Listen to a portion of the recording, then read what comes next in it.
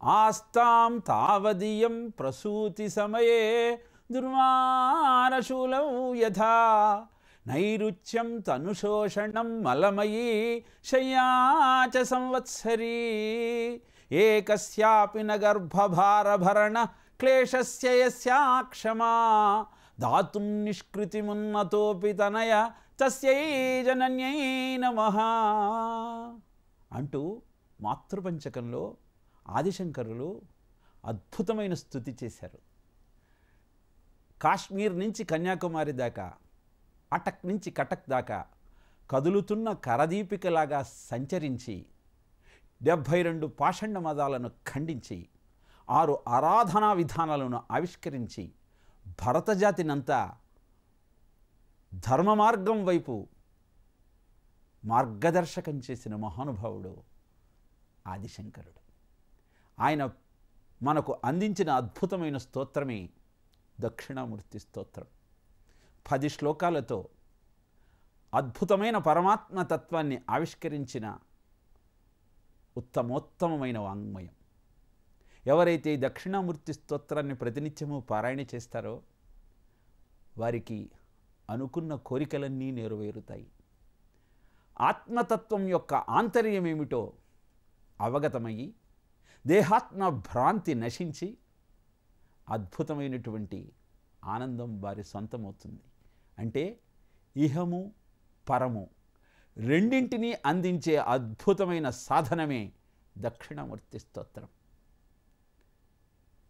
మరి మాతృమూర్తి గొప్పతనాన్ని అద్భుతంగా 5 శ్లోకాలలో ప్రపంచానికి అందించిన ఆదిశంకరులు దేహం ప్రాణమపీంద్రియాణ్యపి చలాం బుద్ధిం చ శూన్యం విదుః స్త్రీబాలాంధజడోపమాస్త్వహమితి భ్రాంతా భృశం వాదినః మాయాశక్తి విలాసకల్పిత మహావ్యామోహ సంహారిణే తస్మై శ్రీ గురుమూర్తయే నమ ఇదం శ్రీ దక్షిణామూర్తయే అన్న శ్లోకంలో ఏ కాన్షియస్నెస్ అయితే, ఏ శుద్ధ చైతన్యమైతే స్థూల సూక్ష్మ కారణ శరీరాలతో మమైకం చెంది దేహమే నేనన్న భావనను నీకు కలగజేస్తూ నిన్ను మాయలో ముంచివేస్తుందో దాని నుంచి బయటపడాలి అంటే దక్షిణామూర్తిని ఆశ్రయించమంటూ చెప్పి, దేహమే నేనన్న భావనతో ఉన్నవారు స్త్రీలతో సమానము అంటూ చెప్పటంలోనే ఆంతర్యమేమిటి అంటే, అంత భ్రాంతిలో వివేకం లేకుండా స్త్రీ జాతి అంతా ఉన్నదని చెప్పటం ఆదిశంకరుల ఆలోచన అవుతుందా? కాదు కాదు. ఆదిశంకరుని ప్రతి మాటకు ఒక అద్భుతమైన అంతరార్థం ఉంటుంది. ఇది ఆత్మతత్వాన్ని ఆవిష్కరించే అద్భుతమైనటువంటి స్తోత్రం. దశవర్ష సహస్రాణి దశవర్ష శతాని చ వత్స్యామి మానుషే లోకే పాలయన్ పృథివీమిమాం అంటాడు శ్రీమన్నారాయణుడు తన దగ్గరకు వచ్చినటువంటి దేవతామూర్తులతో.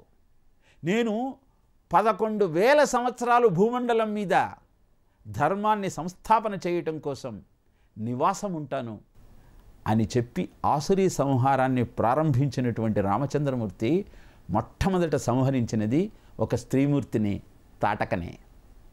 వాల్మీకి స్త్రీ హత్య మహాపాపమన్న విషయం తెలియదంటారా? పరిత్రాణాయ సాధూనాం వినాశాయ చ దుష్కృతాం ధర్మ సంస్థాపనార్థాయ సంభవామి యుగే యుగే అని వాగ్దానం చేసి భూమండలం మీద అవతరించినటువంటి కృష్ణ పరమాత్మ సంపూర్ణ అవతారం.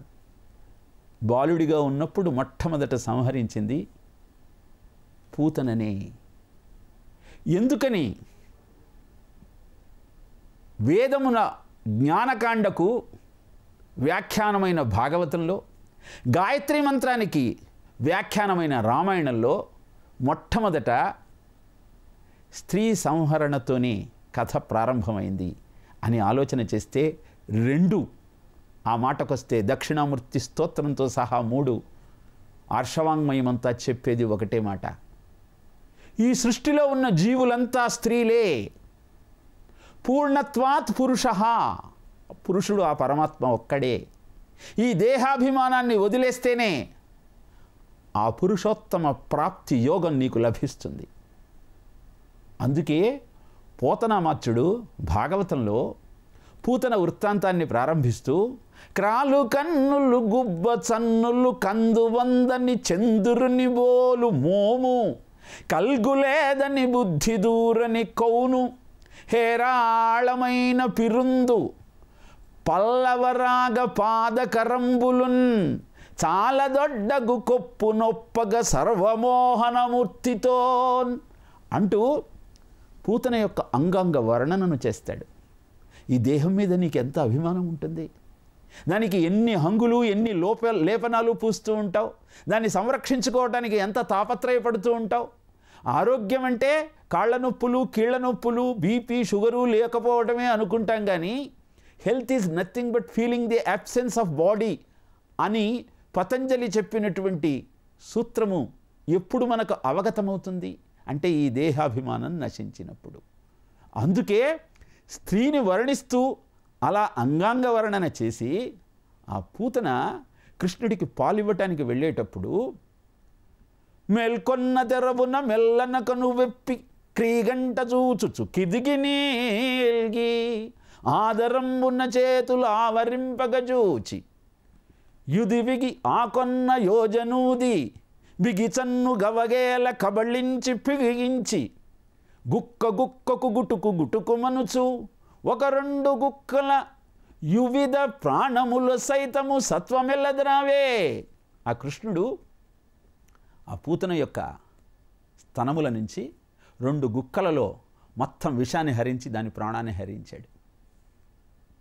ఇలా ప్రతి జీవుడికి అహంకారము మమకారం అనే 2 స్థానాలు. దానిలో దేహంలో ఉన్న మొత్తం విషము నిక్షిప్తమై ఉంటే మరి దాన్ని గ్రహించేవాడు ఆ పరమాత్మ, ఆ పురుషోత్తముడు. అందుకే పొగలి పొగలి కాలు మగువ దేహంబున అగరి పరిమళముల పొగలు వెడలే దేహ కల్మషములు శ్రీహరి ముఖము చేత తావబడుట భూవరేణ్య అంటాడు పూతనామాత్యుడు. అంటే ఆ ప్రాణం వదిలినటువంటి ఆ పూతన యొక్క 12 కోసుల దేహాన్ని ఖండాలుగా చేసి దహనం చేస్తూ ఉంటే ఆ మృతదేహం నుంచి అద్భుతమైనటువంటి సుగంధం వెలువడిందిట. నీ శరీరంలో ఉన్న విషమనేటువంటి స్తన్యమంతా ఆ పరమాత్మ చేత పీల్చివేయబడితే మిగిలేది పునీతమైన పవిత్రమైనటువంటి ఆత్మ చైతన్యమే. దీన్ని గుర్తించటమే ప్రతి జీవుడి యొక్క లక్ష్యం. అందుకే దేహం ప్రాణం, దేహమే అహం అన్న ఆలోచనను ఆదిశంకరులు ఖండిస్తూ ఉన్నారు. దేహం నీవి కాదు. ఈ వాదన ఎలా వీగిపోయింది అంటే దేహమే నీవైతే ఈ దేహం పడిపోయిన తరువాత నీ పరిస్థితి ఏమిటి అన్న ప్రశ్నకు ఆ చార్వాకవాదుల దగ్గర సమాధానం లేదు. ఎందుకంటే వారికి పునర్జన్మ మీద నమ్మకం లేదు. పునర్జన్మ మీద నమ్మకం ఉన్నది కేవలము హైందవంలో మాత్రమే, హైందవం నుంచి ఉత్పన్నమైన బౌద్ధ జైనాలలో మాత్రమే.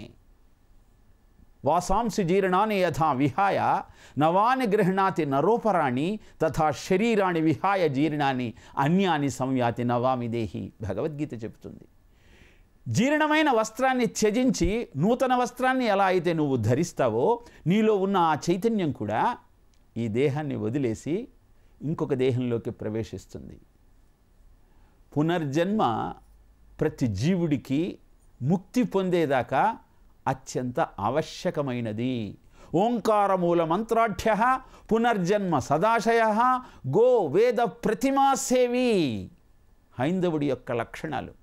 ఓంకారాన్ని మూలమంత్రంగా భావిస్తూ పునర్జన్మ మీద నమ్మకంతో గోవును, వేదాన్ని, విగ్రహాన్ని అనునిత్యము ఆరాధించేవాడే భారతీయుడు. ఎప్పుడైతే సమాజంలో వీటి పట్ల చులకన భావం కలుగుతూ ఉందో, గోవును పూజించాల్సిన అవసరం లేదని మహాపండితులు కూడా చెప్పేటువంటి ఒక దౌర్భాగ్య స్థితి ఈరోజు సమాజంలో కనపడుతూ ఉందో, వేదం అంటే పుక్కిటి పురాణం అన్న భావన ప్రబలుతూ ఉందో, విగ్రహాన్ని ధ్వంసం చేయాలన్న వాదనలు, విగ్రహారాధన కూడదన్నటువంటి ఆలోచనలు పెరుగుతూ ఉన్నాయో, శుద్ధ సాధులందు, స్వరలందు, శృతులందు, గోవులందు, విప్రకోటి ఎందు, ధర్మ పదవి ఎందు, దగలి నాయందు, ఎవ్వడలగు వాడే హింసనందు అని హిరణ్యకశ్యపుడి బాధలు పడలేక దేవతలంతా శ్రీ మహావిష్ణువుకి చెప్పినప్పుడు ఆయన చేసిన మాట ఈనాడు సమాజంలో నిజమవుతూ ఉంది. అనేకమైన అంటువ్యాధులు ప్రబలుతూ ఉన్నాయి. పిల్లలు పెద్దల మాటలు వినటం లేదు. గురువుల విషయానికి వస్తే అసలు పట్టించుకోవడం అవసరమే లేకుండా పోతుంది. ఇలాంటి దౌర్భాగ్యమైన స్థితికి కారణం దేహం, అహం, ఈ దేహమే నేను, భోగమే సర్వస్వము అన్న భావన. ఈ భావన, ఈ వాదన ఆదిశంకరుని యొక్క అద్భుతమైన ప్రతిభకు తట్టుకోలేక ఒదిగిపోయింది. అనంతరం ప్రాణం అపి అహం, ఈ బ్రహ్మాండానికి పిండాండానికి అనుసంధానం చేసేది నా శ్వాస. కాబట్టి ఈ ప్రాణమే నేను అన్న భావన పెరిగింది. ఆ భావనతో పిడివాదం చేయటం మొదలైంది. ఈ శుద్ధ చైతన్యం, కాన్షియస్, నీలో ఉన్నటువంటి ఆ పరబ్రహ్మం ఎవరు అంటే ప్రాణమే. ప్రాణాయామ పరాయణాహ, వాళ్ళు ప్రాణాయామం చేయటం వల్ల ఏర్పడేటువంటి అద్భుతమైన ప్రశాంతతను పరబ్రహ్మంగా చెప్పడం ప్రారంభించారు. వారికి ఈ వాదనకు మూలంగా యావత్ పవనో నివసతి దేహే తావత్ పృచ్ఛతి కుశలం గేహే గతవతి వాయౌ దేహపాయే భార్యా బిభ్యతి తస్మిన్ కాయే. నీలో ఊపిరి ఆడే వరకే కుశలం ఏమని అడిగేరందరూ. హంసే నీలో ఆగిందంటే దగ్గరకొచ్చే ధైర్యం చేయరు అన్న వాక్యాన్ని దృష్టాంతంగా చూపించడం ప్రారంభించారు. ఆకలి, దప్పికే ఈ ప్రాణవాదనలు చేసేవారికి మూలం. ఎందుకంటే దేహం యొక్క లక్షణము చావు, పుట్టుక. ప్రాణం యొక్క లక్షణము ఆకలి, దప్పిక. మనస్సు యొక్క లక్షణము సుఖము, దుఃఖము. ఇలా ఎప్పుడైతే ప్రాణమే సర్వస్వము, పంచభూతాత్మకమైన ఈ దేహంతో ఆహార స్వీకరణ వలన ప్రాణశక్తి ఏర్పడుతోంది. ఆ ప్రాణం ఉంటేనే నువ్వు ఉన్నావు అని అందరూ చెప్పుకుంటున్నారు. కాబట్టి ప్రాణం లేకపోతే నువ్వు లేవు. కాబట్టి నీలో ఉన్న ఆ చైతన్యము ప్రాణమే అని వాళ్ళు వాదించటం ప్రారంభించారు. అయితే మరి ఏర్పడే వస్తువులు, పదార్థము ఇవన్నీ కూడా పంచభూతాత్మకమే అయినప్పుడు తీసుకునే ఆహార పదార్థాల సారమే ప్రాణశక్తి అయినప్పుడు, పుష్టికరమైన ఆహారాన్ని నీకు ఇచ్చినప్పుడు కూడా నీలో ప్రాణశక్తి ఎందుకు క్షీణిస్తూ రోగాల బారపడి నువ్వు మరణిస్తున్నావు అన్న ప్రశ్నకు వారి దగ్గర సమాధానం లేకపోయింది. అందుకే ఆ వాదన వీగిపోయింది. ఇలాంటి వారినందరినీ ఆదిశంకరులు బాలురతో పోల్చారు. పిల్లల మాటలుగా దీన్ని కొట్టివేశారు. ఎందుకని అంటే యామిమాం పుష్పితాం వాచం ప్రవదంత్యపవిశ్చితాః అంది భగవద్గీత. వేదములలో చెప్పబడినటువంటి జ్ఞానమంతా, విజ్ఞానమంతా ఇంద్రియ భోగాలు అనుభవించటం కోసం మాత్రమే, ఆకలి దప్పికలు తీర్చుకోవడం కోసం మాత్రమే అని చెప్పేది అవిపస్థితః, అవివేకులు. అందుకే ఇలా ప్రాణం అపి అహం అని చెప్పిన వారు బాలురు అని వారి వాదనను కొట్టివేశారు. ఇంద్రియాణి అపి అహం, ఇహ నేను నడుస్తున్నాను, తిరుగుతున్నాను, చూస్తున్నాను, భోజనం చేస్తున్నాను, ఇలా ఇంద్రియాలతో నేను ఈ పనులన్నీ చేస్తున్నాను. కాబట్టి ఇంద్రియాలు లేకపోతే ఇవేవీ చేయటం సాధ్యం కాదు. కాబట్టి ఇంద్రియాలే నేను అన్న వాదన తెర మీదికి వచ్చింది. ఇంద్రియాలు గొప్పవే, కానీ ఇంద్రియాలతో ఇంద్రియాతీతమైనటువంటి ఆ చైతన్యాన్ని నువ్వు గుర్తించలేవు. నిజానికి 7 వండర్స్ ఏమిటి అంటే ఏవేవో చెబుతాం, కానీ నీకున్న కళ్ళు, చెవులు, ముక్కు, నోరు, త్వకేంద్రియము, ఈ జ్ఞానేంద్రియాలన్నీ వండర్స్ కావంటారా? భగవంతుడు మీకు ప్రసాదించిన అద్భుతాలు కావంటారా? అవి లేనప్పుడు వాటి వాల్యూ ఏమిటో మీకు తెలుస్తుంది. గాడిద తనకున్నటువంటి ఇంద్రియ జ్ఞానంతో రాబోయే వర్షాన్ని ముందరే గుర్తించగలుగుతుంది. గబ్బిలం నీకంటే ఎక్కువగా వినగలుగుతుంది. మానవుడు 20 కిలోహెర్ట్జ్ దాకా మాత్రమే వినగలుగుతాడు, కానీ గబ్బిలం 50 కిలోహెర్ట్జ్ దాకా వినగలుగుతుంది. గుర్రం నీకంటే వేగంగా పరిగెత్తగలుగుతుంది. అంత మాత్రం చేత అనుభవ జన్మలైన ఆ జంతువుల జన్మలు కారణజన్మైన మానవ జన్మ కంటే గొప్పదని అంటాం ఎంత అవివేకం. అందుకే ఇంద్రియములు నీవు అన్న మాటను సరికాదని, ఇంద్రియ జ్ఞానానికి అతీతమైనటువంటి ఆ పరమాత్మను, ఆ చైతన్యాన్ని ఇంద్రియాలతో నువ్వు గుర్తించలేవు కనుక ఆ చైతన్యము నీవు కాదు అన్న మాటను తెలియజెప్పారు ఆదిశంకరులు. ఇలా ఇంద్రియములే నీవు, ఆ చైతన్యమే ఇంద్రియములు అని చెప్పిన వారిని అంధులతో పోల్చారు. ఎందుకు అంటే ఏది నీవు కాదో అది నీవని భావిస్తున్నావు కనుక. ఒక వ్యక్తి వీధి దీపం కింద ఏదో వెతుకుతూ ఉన్నట్ట. ఆ సమయంలో అటువైపు ఆయన మిత్రుడు వచ్చాడు. వచ్చి ఏమయ్యా వెతుకుతున్నావు అని ప్రశ్నించాడు. దానికి సమాధానంగా నా బంగారు గొలుసు పోయింది, దాన్ని వెతుక్కుంటున్నాను అని సమాధానం చెప్పాడు ఆ వ్యక్తి. అవునా, బంగారం పోయిందా? ఎక్కడ పోగొట్టుకున్నావయ్యా అంటే, మా ఇంట్లో పోగొట్టుకున్నాను. మరి ఇక్కడ వెతుకుతున్నావేమిటి? మా ఇంట్లో లైట్ లేదు, ఇక్కడే దీపం ఉంది, కాబట్టి ఇక్కడే వెతుకుతున్నాను అని సమాధానం చెప్పేట. ఆ వ్యక్తిది ఎంత అవివేకమో, దేహమే నేనన్న నీ భావన కూడా అంతే అవివేకం. ప్రాణమే నేనన్న భావన కూడా అంతే అవివేకం. ఇంద్రియాలే నేనన్న భావన కూడా అంతే అవివేకం. ఈ ముగ్గురు తాము కాని దాన్ని తామని భావిస్తూ ఉన్నారు కనుక. అనంతరము మనస్సే అన్నింటినీ సంకల్పిస్తోంది కాబట్టి మనస్సే ఆ చైతన్యము అని ఒక వాదన తెర మీదకి వచ్చింది. మనస్సే నీవైతే, నా మనస్సు ఇవాళ ఆనందంగా ఉంది, నా మనస్సు క్షోభపడుతోంది, నా మనస్సు ఇవాళ చీకాకుగా ఉంది అని నిన్ను నువ్వు మనస్సుతో వేరు చేసుకొని ఎందుకు మాట్లాడుతున్నావు? కాబట్టి మనస్సు నువ్వు కాదు అని తేల్చివేశారు. చలాంబుద్ధించ తరువాత మనస్సు కాదయ్యా, నిశ్చయాత్మకమైన బుద్ధే ఆ చైతన్యం. ఇంద్రియాణి పరాణ్యాహు ఇంద్రియేభ్య పరం మనః మనసస్తు పరా బుద్ధి. మనస్సు కంటే గొప్పది బుద్ధి.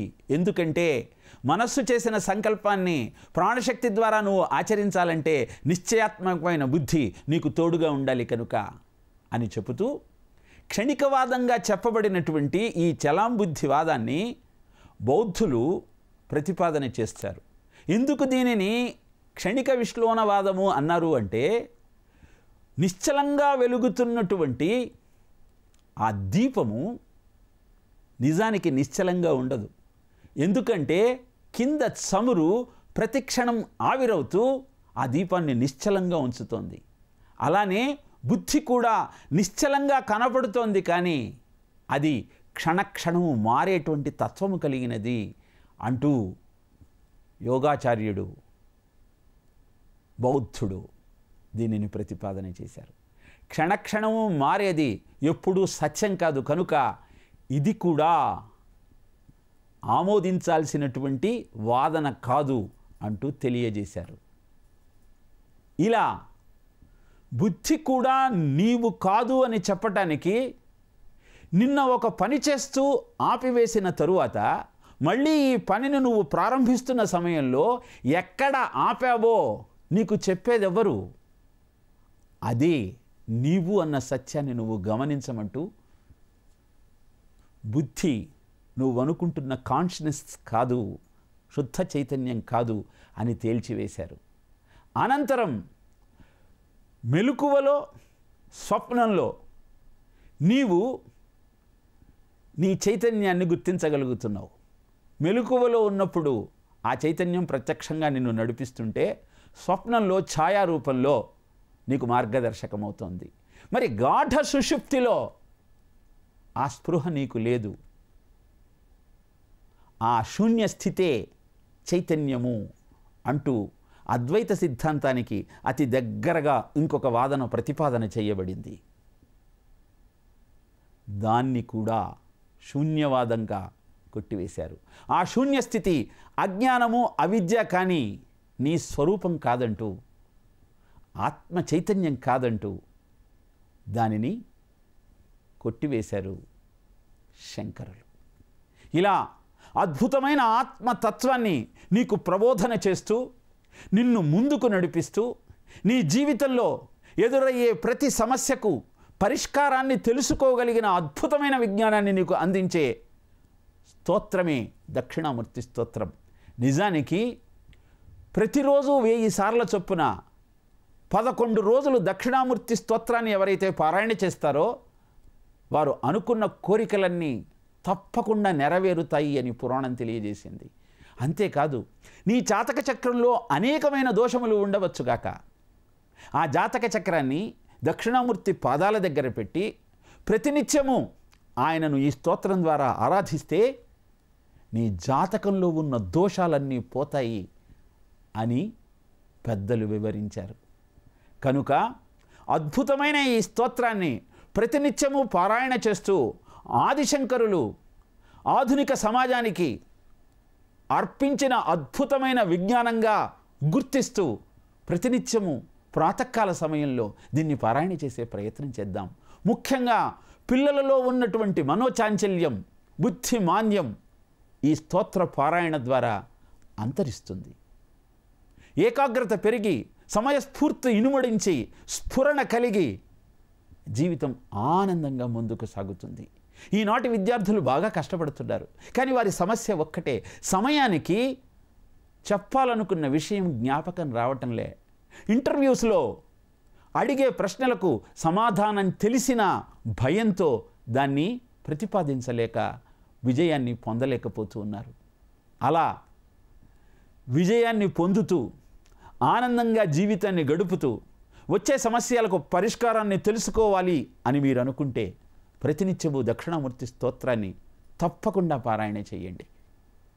దేహం ప్రాణమపీంద్రియాణ్యపి చలాం బుద్ధించ శూన్యం విదుః స్త్రీబాలాంధజడోపమాస్త్వహమితి భ్రాంతా వృషంవాదినః మాయాశక్తి విలాసకల్పిత మహావ్యామోహ సంహారిణే తస్మై శ్రీ గురుమూర్తయే నమ ఇదం శ్రీ దక్షిణామూర్తయే అన్న ఈ శ్లోకంలో ఏ వ్యామోహం కారణంగా, మహావ్యామోహం కారణంగా దేహము, ప్రాణము, మనస్సు, బుద్ధి శూన్యము అని నువ్వు అనుకుంటున్నావో ఆ మహావ్యామోహాన్ని సంహరించగలిగినటువంటి ఆ దక్షిణామూర్తికి నమస్కారము అని తెలియజేస్తూ, మరి శూన్యవాదము సరి అయినది కాదు అని ఆదిశంకరులు తరువాత శ్లోకంలో ఏ విధంగా మనకు వివరించారో వచ్చే ప్రసంగంలో తెలుసుకునే ప్రయత్నం చేద్దాం.